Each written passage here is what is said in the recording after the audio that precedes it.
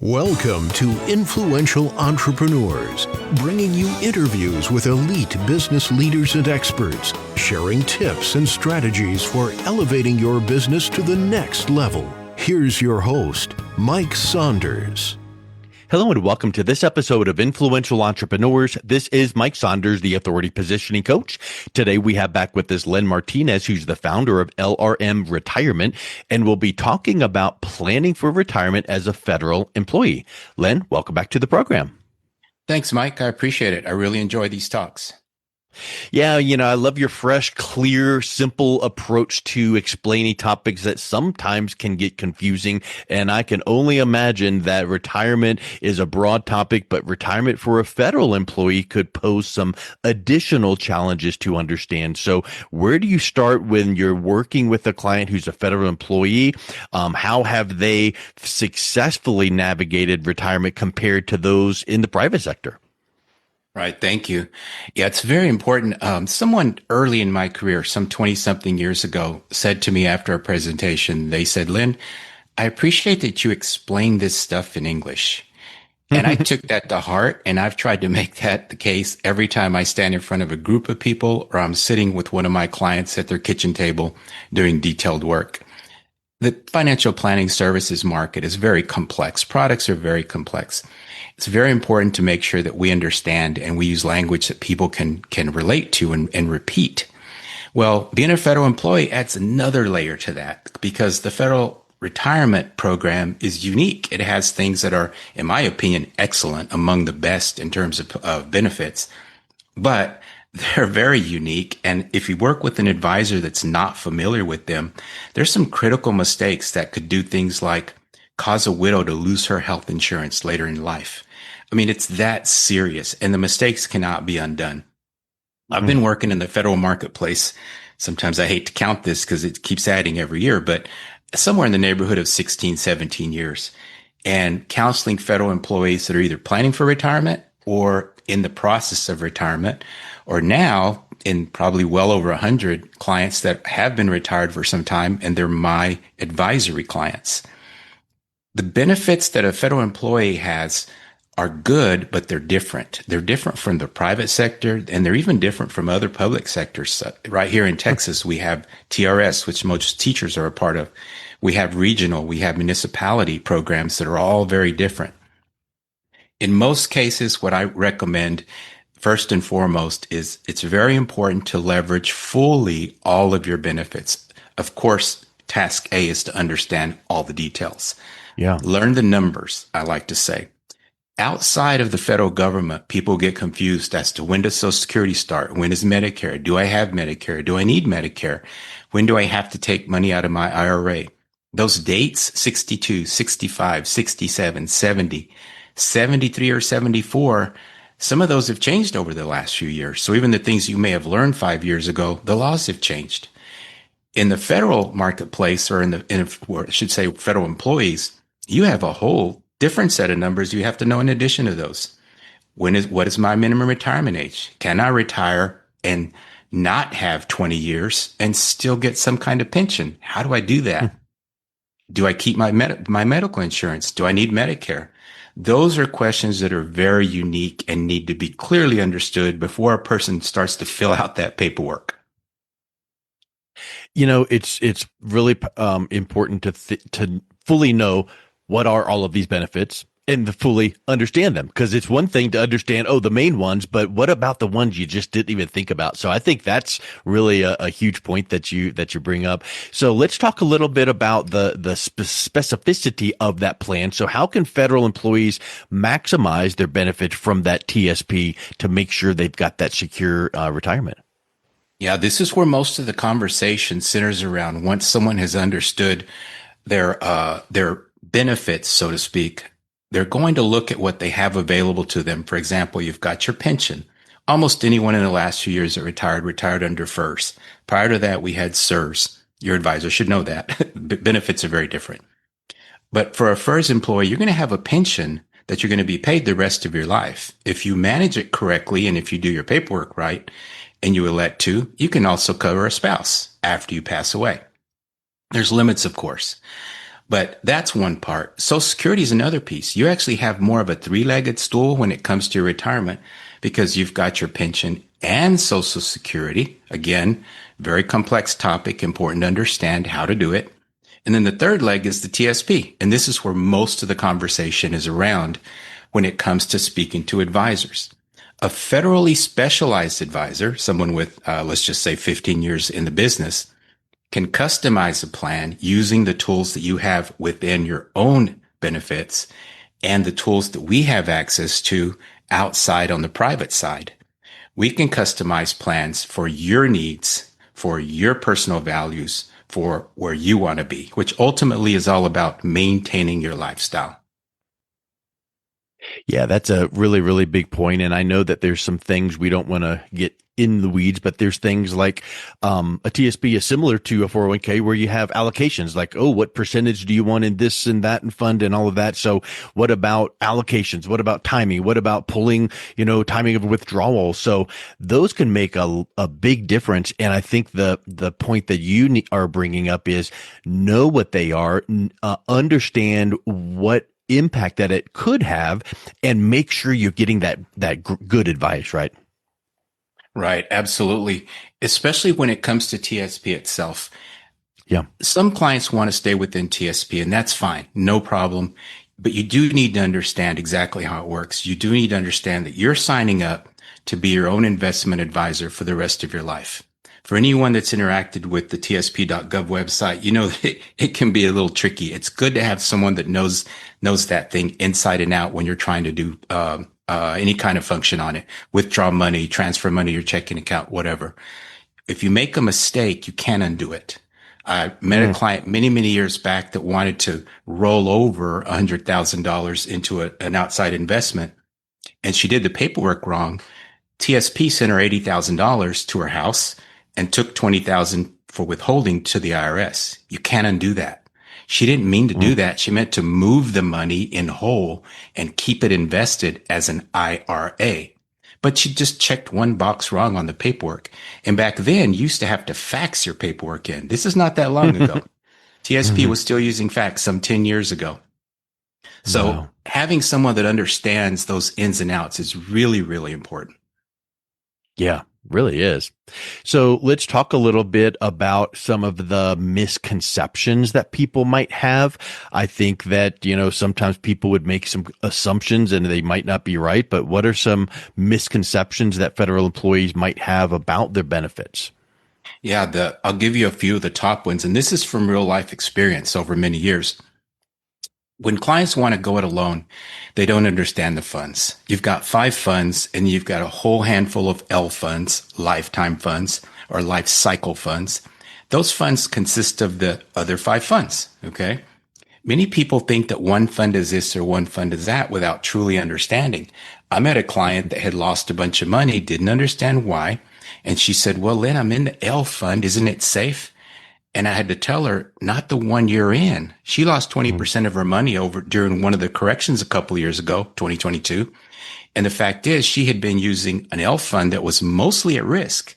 As a matter of fact, one of the L funds today, 99% of your money is at risk. It's in stocks of some sort. Okay. Most people don't understand that. So if you're going to be using TSP, you need to know the details and how to manage them. Another one, this is a big one I run into. Most people think that if I take money out of TSP, I have to pay taxes to move it. So they say, well, I can't move it to your investments, Len, because I don't want to pay 20% or 24% taxes. Well, of course you don't. We've been moving 401ks for 50 years. It's called a rollover. Done properly, the right forms, the right people, fiduciary, by the way, that money can be moved without paying the IRS anything. We don't want to let them dip in until, well, I was going to say until we're ready, but actually they'll tell us when they want some of it. Done correctly, you don't have to pay taxes. Another one is that's huge. Big one is around I'm sorry, Mike. I said that's a huge point. Oh yeah, absolutely. Another one is around medical insurance. For those of you that know your benefits a little bit, it's called FEHB. A lot of people think that FEHB is essentially going to go way up when you retire. Oh my gosh, I have to pay for it. And on the other side of that coin, a lot of people think that The FEHB is going to continue to be paid for by FERS or by OPM or by the federal government. Both of those are wrong. When you retire, that FEHB payment that used to come out of your check you never saw, you got to pay that. Now it's coming from your pension. And on the other side, the good news, it doesn't go up. The federal government subsidizes some 72% of your medical insurance. That's incredible. It's unmatched out here in the private world. That continues in retirement. Watch this space, right? The laws are obviously changing very, very fast. Mm-hmm. But as of today, that's subsidized, and it's an amazing benefit for a federal retiree. Yeah, that's huge. So what about even things like survivor benefits or pension calculations? How do you clear those up in those kind of conversations? Yeah, absolutely. So one of the things that we want to do is we want to use very customized, and there's several programs out there. I use one of three that I think is the best, that takes and it simplifies your benefits so that we can just take data right from your LES. We can take data right off your Social Security statement. I don't even need to see it. You just have to give me numbers. And I can create a report in 5 minutes that shows you within certain assumptions where you're going to be when you retire, 5 years, 10 years, 20, 25 years out. As a part of that, we can then move on to how do we want to invest this money? How do we want to use this money to get to those end goals, which again is maintaining the lifestyle that you want and that you deserve. Yeah, that's, and again, we're coming back to, it brings a topic to my mind, customization. What's works for one person will not work for another person. So it's all based on what you're looking for. So let's kind of wrap up with this thought, Len.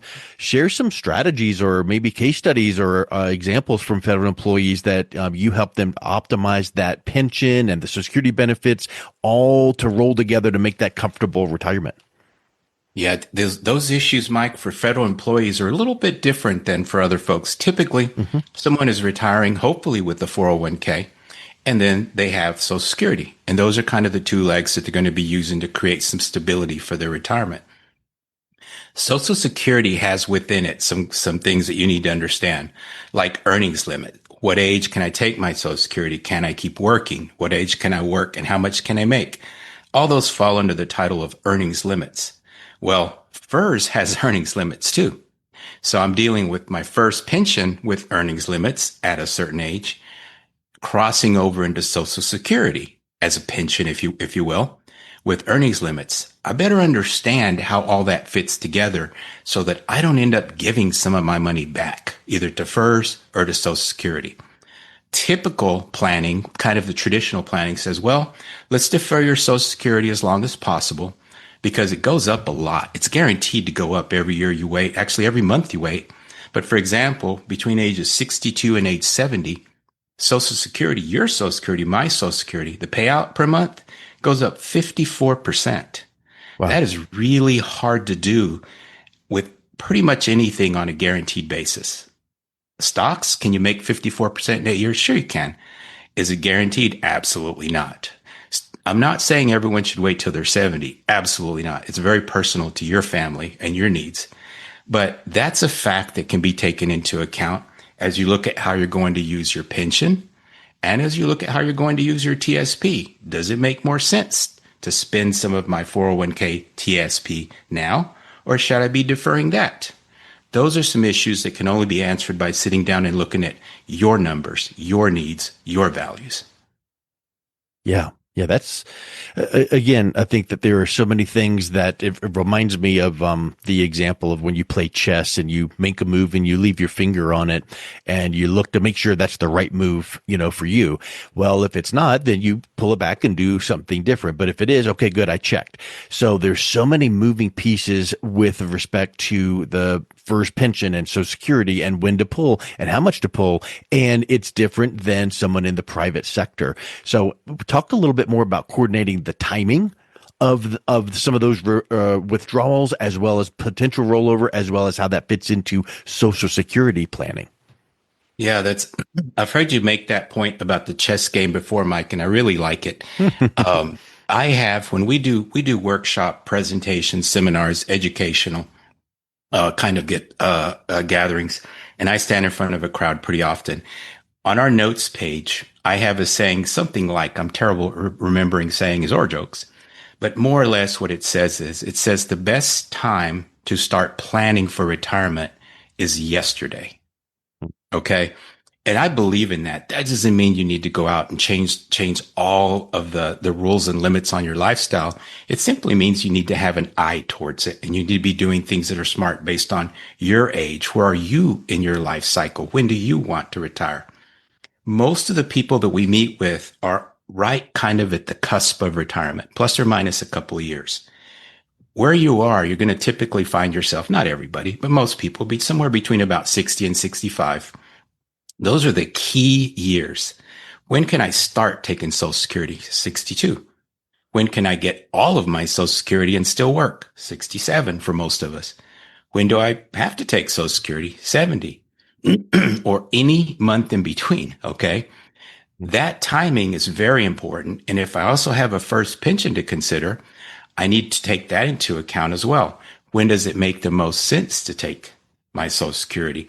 Does it make sense for me to have this type of investment versus that type of investment? Even in the federal space, we like to preach a two-bucket strategy. We want some money that's going to be essentially in the stock market that can grow, but we also want some money that's not in the stock market. Do you have a real estate portfolio? Do you have some houses that you rent? Do you have any kind of guaranteed income sources outside of just FERS and Social Security? All of those things can come into play and should. And a good education as you go through this process, that's why we should start yesterday, is key to having a good plan. Yeah. So let's think about this, Len. I know that the topic has been pretty broad, and if you're a federal employee, you but have just signed a bunch of papers when you got started, and you never looked at allocations or different things like that. If someone is listening to this, thinking, okay, what are some of those key main points that I should kind of grab some papers, put a highlighter around it, and sit down with Len and go, does this look right? What would those things be? Yeah, I think the main things that you want to consider are, what is the lifestyle that you want to have in terms of finances. A lot of people have the misconception that when you retire, so to speak, or stop getting a salary, that you're going to be in a much lower tax bracket. The fact is, the fact is, in most cases, it's not true. Will you be lower in a particular bracket? Possibly. But unless your goal is to cut back when you retire, we need to take that into consideration, that you're probably going to be paying a similar amount of taxes as you do now. Let's look at what that means in terms of the amount of money that you'd like to spend each month. And here's the framework. Inflation, guaranteed. Market risk, in other words, market losses, guaranteed. As we look forward 1 year, 5 year, 10 years, 20 years, let's put reasonable assumptions in place. Be sure that we understand what happens when one of you passes away. You understand that when one person in a couple dies, one Social Security check goes away. If you're the pensioner, a federal employee, and you die, the best you can do is to leave your spouse 50% of that pension. So they're going to lose a Social Security check and half of the pension. How is that going to impact things? Do you want to leave money behind? Most people these days don't. They simply don't want to be a burden. They don't want to run out. Well, let's make a plan that ensures that you don't run out. And then let's revisit that every once in a while and be sure we're still on track and make changes as we need to. Well, Len, I think this has been so helpful and educational. If someone is wanting you to take a look at some of those highlight and key points in their plan, what would be the best way that they can reach out and connect with you? Yeah, absolutely. So my phone number, feel free to call, text, whatever. I do answer my own phone unless I'm sitting with a client at the time, in which case that's dedicated to you. I'm at 214-549-3473. Our website is www.lrmretirement.com. And you can email me or my primary assistant. I'm at len@lrmretirement.com. And Leanne has an unusual spelling. She's at LEIGHANN@lrmretirement.com.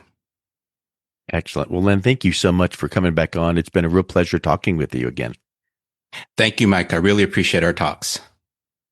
You've been listening to Influential Entrepreneurs with Mike Saunders. To learn more about the resources mentioned on today's show or listen to past episodes, visit www.influentialentrepreneursradio.com.